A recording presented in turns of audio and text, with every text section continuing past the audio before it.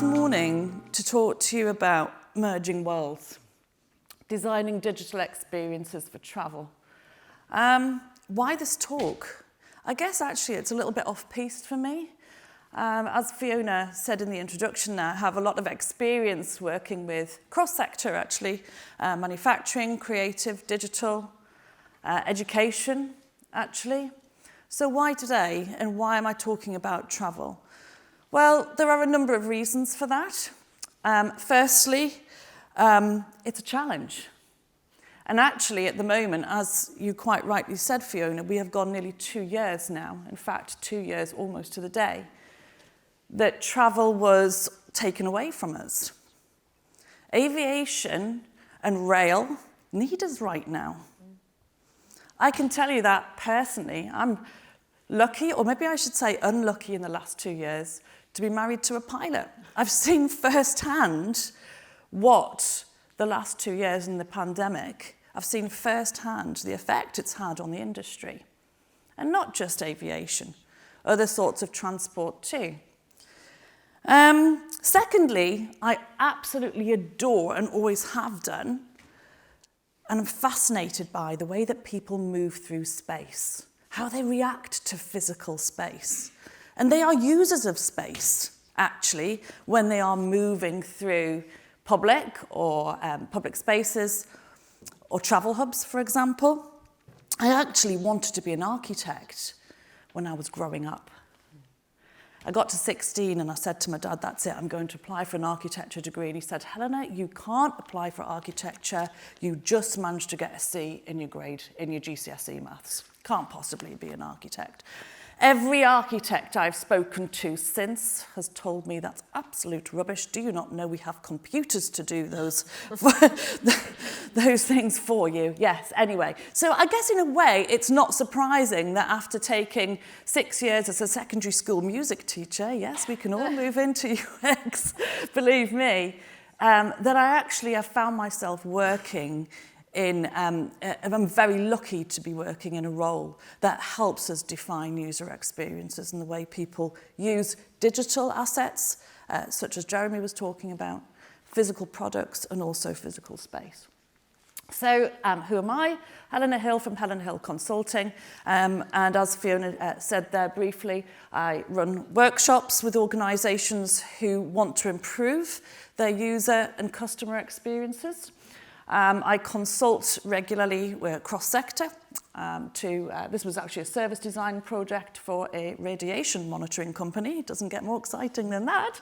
And, of course, regular speaker, as Fiona said, on UX and related subjects.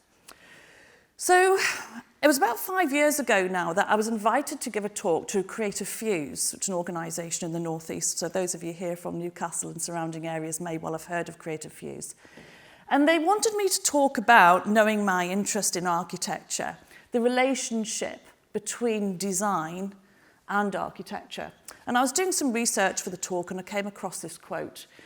Rima Reeder is an American a UX designer, I should say. And she actually put this into her first ever Medium article in 2014. It's still there if you'd like to look it up. And she described the sections of a website, the buildings, the floors, the public spaces of our community as being the place where content, functionality, and audience come into play.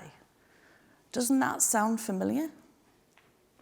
Because actually, to enhance and bolster the whole overall site experience, they must work in concert. She's absolutely right. The same applies to a physical space as it does to a digital environment. And that kind of got me thinking when I was putting my thoughts together for this talk. Passengers are users of technology, of design, processes, and space. They are often, travel hubs that is, highly regulated, complex, process-heavy places and spaces that we as people need to get through in order to get somewhere. And also, people want a frictionless, enjoyable, and increasingly personalised experience. According to the CAA, in 2019, so that was the year before the big C overtook the world, 297 million people moved through airports. That's a huge amount of people. That's a lot of users of design, technology, and physical space. Those 297 people will have done some or all of the following: transported to the hub in some way, either to an airport or a rail station, and then, of course, from it at the other side, and then maybe was even transported between different parts. So, for example, we land at Heathrow Terminal 5, from Newcastle anyway, we land in the corner somewhere over there, you know, a little regional flight over there, and we have to make our way to our international flight. We are actually moved within the terminal on a sort of an underground train. We have to move through various processing points, quite heavy and often quite scary processing points. I mean, how many times have we been asked at check-in, have you got anything sharp in your bag? And then we realise we get to security and we've got a pair of scissors in there or something. You know, there's always a bit of stress around processing points at travel hubs, isn't there? A bit of frustration, a bit of feeling guilty, even though we've done absolutely nothing wrong when we get to security. And then, of course, there's big, lovely, light and bright and airy commercial areas, designed, of course, for the user in order to make them feel comfortable, build on that excitement. I mean, we buy things in airports that we would never normally buy if we were in a normal shopping centre. And of course, we're all, at some level, users of technology and innovation, some more than others. So the theme of the conference, I noticed, was let's connect, or let's reconnect. And I thought that was another reason for me wanting to do a travel talk, or a design and travel talk. We're going to go on a journey. First of all, I want us to consider what are the challenges that actually face travel hubs as spaces that people use. Well, first of all, these are spaces that need to be optimized. And they're often very constrained. We'll look at that in the next slide, actually. Space, and they also need to create efficiencies in that space as well. Secondly, they need to process people quickly, often through these, particularly airports, maximize revenue, which is needed more than ever right now, and opportunities for diversification too. And lastly, with those first two challenges, they have to deliver an exceptional passenger experience through equitable, intuitive design, even before somebody sets off for a travel hub and long after they leave it. So how can design and technology help move passengers through often crowded places while optimizing much needed revenue and the passenger experience? We'll take a look at that. So let's look at number one. So optimizing often constrained space. This is actually, well, I was lucky enough, I should say, to go on an airport design course. If anybody's interested in it, it's absolutely fascinating. And there are guidelines and restrictions on the amount of people actually allowed at certain points within the airport at certain times. I learned so much. And one of our group activities, it was nice to be on the receiving end because I do loads of training, was to actually redesign or reimagine Glasgow Airport in 2045.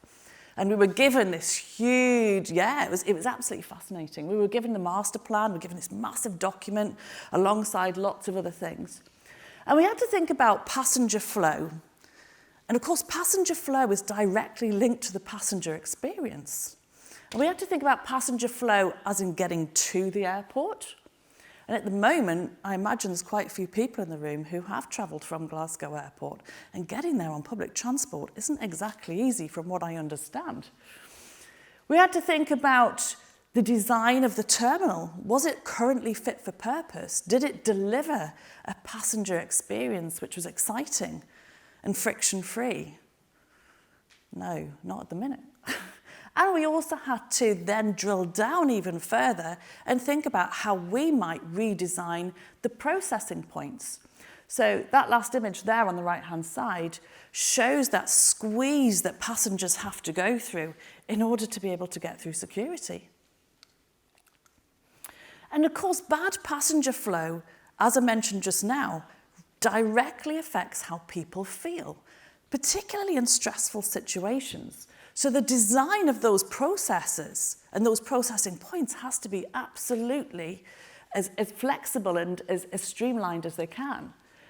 This guy here looks like he's about to blow his nut, I think. He's obviously been waiting to check in for far too long. It leads to people standing around in uniforms, smiling away, where maybe they're not even needed. Maybe we could be putting them somewhere else. And it leads to this overwhelming of particular parts of the passenger experience. So what's technology and innovation doing? What are designers coming up with to help alleviate these problems? Well, the first one is, this is actually from Stuttgart Airport, and they are one of a few airports now that are starting to adopt AI and machine learning in order to learn where passengers are and how they move about the airport. So this helps us anticipate where queues are going to build, plan staffing requirements, so we're no longer going to be standing around and smiling and actually doing something useful. Where are those people in check-in? Why isn't every check-in desk full? Adapt digital wayfinding messages. That's a really important part of the experience. And save energy. So if airports can predict where queues are going to build, having digital wayfinding messages that can alter the amount of time it takes to walk from one gate to another can change in real time. And if we don't need to have a long walk, what are they called again? I'm not even quite sure. Sort of elevate, the things on the walking bits where you can supposedly walk quicker than everybody else, but you always get stuck behind somebody just standing there having a chat with a suitcase. It means they can switch those off necessarily and improve sustainability that way. This is a plan of King's Cross in London. Beautifully designed building, gorgeous roof, lets lots of light in. It feels lovely and airy. And you can see on the left-hand side there all the different types of outlets that they have fitted into King's Cross Station. So it's been designed with the main concourse letting in all that light and allowing for a very easy passenger flow. The problem is when we get here, for those of you who have ever travelled from King's Cross back up north, I imagine, I'm getting some nods from the audience. Yeah, you know what I mean here. At this point here, passengers are squeezed into the area. They're looking with anticipation. When's our train going to be called? And which platform's it going to in so I can get on first and get my thing up there and order my coffee? Or if we're in first class, get our first free G&T. All right? The areas that people actually move to and from the trains on, all of a sudden that space becomes really low. Yeah, it's dark. We're being shoveled through gates and we haven't got the technology necessarily to hand. We're trying to get our app open so we can get through the turnstile. There's nobody there to let us through with a suitcase. And all of a sudden, that lovely experience that we had in the concourse is spoiled in some way, just as we're trying to get in or out of the station. And of course, we have come up with apps like this, so those of you who've got the Trainline app might not give this away. I never give this away to people. Do you know if you've got the Trainline app, you can see which platform your train's on before everybody else can. So you can stand out up there eating your sushi from upstairs and go, oh, look at all those people waiting to go through that lovely crowded area. I know exactly where my train is. It's on platform 2. Right, so this is a piece of technology, a piece of design, which just enables those people who use it to be able to predict where and know where their train is going to be. And of course, while you're on, I'm hoping this is going to play. There we are. And when you get on the train now, LNER, in about 2018, I believe it was, introduced this piece of design on that app, which allows passengers to be able to easily find empty spaces, again with a view of taking that frustration, taking that unknown away from the user, or in this context, the passenger. It's okay, I've got the app, I can see where the empty spaces are. Now they use heat sensors, And that's how that information is returned in real time to the app. And you can have your grey for not available, amber is for those that are partially booked, and green, those that are fully available. So that's a really great piece of design and a usable, equitable piece of design. So the second challenge we have is the fast processing and creating efficiencies while maximising revenue and opportunities for diversification. That's a very long challenge, isn't it? I think I might have to shorten that at some point. But there's a big problem for travel hubs that they have to think about while they're wanting to improve the passenger experience. Unusually, passengers are not the main customers of travel hubs. It's the operators that are. Like these guys, for example. He doesn't fly for British Airways, by the way. I'm not doing a free advert for them. Completely different airline. But operators are. And operators want that kind of lean way of, if you imagine that kind of lean methodology, I should say, of design. They want people to be constantly pulled towards that end point, which is getting on the plane, isn't it? Or getting on the train, or getting on the coach, whatever it might be. They want efficiency. They want minimising of waste. Travellers, on the other hand, and airports don't want that. They want you to hang around. They want you to spend money. That's where airports' non-aeronautical revenue comes from. And of course, at the minute, airports need that more than ever. There you are, flying off. I got a bit overexcited there with my animations. So there we are, biometrics. So how is this being challenged at the minute? So both airports and airlines, actually, their main customers, are looking for ways of speeding up that process. So how are they doing it? Biometrics is one way. So creating almost like a single token through facial recognition or voice recognition, and that stays with you as you move through the airport. And of course now, as well as there being self-service check-in at the airport, we can also check in prior to our getting to the airport through through apps, for example. This company called Sequestrum are working with, I think certainly one of them is Gatwick at the minute that they're working with, in order to streamline what for most of us is a very stressful process, even though we've done absolutely nothing wrong. We all go into panic, don't we? Do we have to take our shoes off, take our coats off and all the rest of it? It is coming, actually, this walk through security. So soon we will see, gone are the days where we have to queue up and put our shoes and our iPads and everything into the grey buckets and send them, off into the ether in the hope that nobody runs away with them at the other end. We'll actually be able to move through a process that's much less stressful experience for the passenger. I've actually seen this morning when I was coming up on the train, I was reading a bit in the news actually, where there's one particular airport, because children find the security process very, very daunting and quite scary, and they've actually added little smiley faces to the wands and things to help sort of calm children down and to make it feel a little bit more accessible. And of course, I talked about the non-aeronautical revenue. And it's very difficult for travel hubs. They have to really balance making as much money as they can from us while we're waiting for our flight, along with creating an experience. So this is Newcastle Airport's app, actually. And it's pretty good, actually. It's pretty well designed, I think, as apps go. It's not too bad. It has a good mix of usability and experience, and my opinion is that we need both in order to create that great experience. So everything from booking your parking right through to when you actually enter the terminal. So we can see here that we're actually being sent towards that particular cafe there that's offering us as a user, so that's personalised, 25% off our coffee, for example. And we can see, of course, live arrival and departure times on there. At Gatwick, we have a company that's coming up in the market, a really great technology company called Visionbox.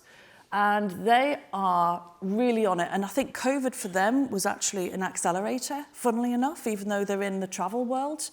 Because, of course, now as passengers, we want more touchless technology. The growth of biometrics and moving through an airport without actually touching anything is definitely on its way. This is called the totem pole. And you can either use this via a touchless, you can use it with voice activated, I should say, or you can actually use the touchless, the sort of touchpad there. So it's giving passengers a choice, whatever they feel most comfortable with within that context. So rather than having to queue up to board, it's not going to be long before us as passengers, as users, start to be able to actually move through that without having to stop in a queue. We'll just be walking straight through. So we are really heading towards a seamless passenger experience now in travel hubs. Which is great for us. It's more efficient for the airports. They get you to that commercial area as quickly as possible, but it also fits with their main customer, and that's the airlines, who, let's face it, want all the passengers at the gates as soon as possible in order to be able to board them quickly. So the third challenge is, I guess, what all this is about. It's delivering that exceptional passenger experience while we're doing this. I realised actually after I'd sent this presentation away, I thought, you know what, I've got passengers picking up luggage, and actually the app I'm showing is on the other end of the journey, so my apologies for that. But actually, maybe there's a business opportunity here. So Airporter, I don't know if anybody's ever heard of them, but they are a technology company who have designed this application. And the application allows passengers to have their luggage picked up before they go to the airport themselves. So they actually pick it up from your home. I think it's like within 25 or 50 miles of Heathrow and Gatwick. So it's very kind of London-centric at the minute, unfortunately, but they are growing. And they will pick up your luggage from home for you. You book it through the app, and you don't see your luggage again until you get to your final location. And hopefully it's on that luggage belt. another source of frustration and worry there, isn't it? Oh, mine's not coming. Okay, so, but great, I just wanted to show you that. So Airporter, a really great company. I'm actually involved with the Innovation Baggage Working Group. Doesn't that sound exciting? All right, and Airporter also members of that as well. And we're starting to talk about this whole passenger experience and how it can be improved at every interaction, every step of the journey. LNER, of course, during COVID, I said I wasn't going to say that word, but anyway, yeah, during that time, they introduced this let's eat at your seat. So instead of passengers having to move around and get themselves, down 11 carriages to the buffet car, that's okay. Download our app, actually very well designed, in my subjective opinion. Scan the QR code and we'll bring your food to you. Okay, it's a great way of sorting that out. And the last piece I wanted to show you is from a company called Mapstead. They're actually a Canadian company based in Toronto. And they've designed a really great piece of technology. So if we take that Newcastle Airport app on the left-hand side there, they've actually taken it to the next level. I'm fascinated by wayfinding, and the thought to me of having something on my app, on my phone, maybe this makes me a bit sad, I don't know, but where I can actually arrive at the airport and then be guided on my phone, okay, well, actually, where is this cafe that they're giving me 15% off? Yeah, I can be guided straight there. So it's great for the user, but also we need to think about internal users as well. So at the airport, of course, while you're using these apps, they are collecting that data on you. So it is quantitative data, absolutely. That's the one thing that's probably missing, but it is showing on a screen where there are build-ups in the user journey or in the passenger journey, and also it's starting to collect patterns in the way that people are moving around terminals. And lastly, Etihad have teamed up recently with Millennium and AWS to create this, which is Voyager. It's a customer service kiosk, and it's voice-activated. So again, we're heading towards that voice-activated, no-touch passenger experience. So you can actually check in and register your biometric data via your phone before you even get to the travel hub. So what we're doing by that is we're actually decentralizing the experience. And by decentralizing the experience, we're kind of spreading it out. And what we're trying to do is minimize the amount of holdups that we have in a travel hub when they get there. So luggage is assigned to a passenger using biometrics. So soon there will be no need for those really irritating luggage tags. you will actually have it assigned to you via your biometric data when you look into the totem pole. It's all starting to sound a little bit fictional, isn't it? But again, it minimises queuing. Passengers are offered a more personalised commercial experience via the app and movable kiosks that are actually around the airport as you go through them. And lastly, biometric-enabled boarding gate concepts, such as that one that I showed you early on. So we're starting to then again rethink the use of space around boarding gates themselves. So the challenge is how we as designers, if we're working with the travel industry, can help design an exceptional passenger experience through great design. But you see, I don't see it as a challenge, actually. I see it as an opportunity, particularly now. Because, as I said at the beginning of this talk, passengers are users of technology, design, process and space, and travel hubs are complex spaces.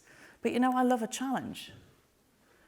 And our opportunity as designers, is it not, is to learn how to handle the complexity rather than shy away from it, and to realise that the big art of design is to make something complicated more simple.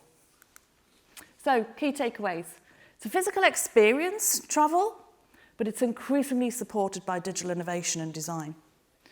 User research is key. That discovery part that Jeremy was talking to you about it. We can't design any of these experiences unless we go out and explore and discover and do our research first.